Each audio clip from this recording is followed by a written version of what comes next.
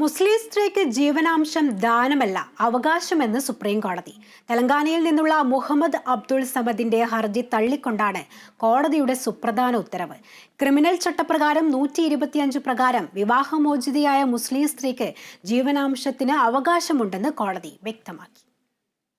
ചട്ടം വിവാഹമോചിതയ്ക്ക് മാത്രമല്ല എല്ലാ സ്ത്രീകൾക്കും ബാധകമാണെന്നും സുപ്രീം കോടതി ചൂണ്ടിക്കാട്ടി. ഭാര്യ തങ്ങളെ വൈകാരികമായി ആശ്രയിക്കുന്നു എന്ന വസ്തുത ചില ഭർത്താക്കന്മാർക്ക് ബോധ്യമായിട്ടില്ലെന്നും കോടതി നിരീക്ഷിച്ചു. ജസ്റ്റിസ് നാഗരത്ന അധ്യക്ഷയായ ബെഞ്ചിന്റേതാണ് സുപ്രധാന ഉത്തരവ്. ഭാര്യയ്ക്ക് ജീവനാംശത്തിന് അവകാശമില്ലെന്നായിരുന്നു മുഹമ്മദ് അബ്ദുൾ സമദിന്റെ വാദം.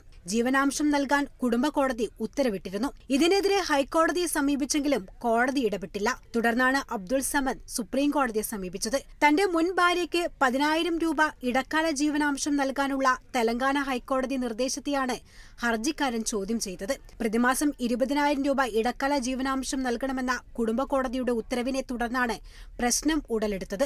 2017 മുസ്ലിം വ്യക്തി നിയമപ്രകാരം ദമ്പതികൾ വിവാഹമോചനം നേടിയിരുന്നു. ഇതേ തുടർന്നാണ് ജീവനാംശം നൽകുന്നത് ഹൈക്കോടതിയിൽ പരാതിക്കാരൻ ചോദ്യം ചെയ്തത്.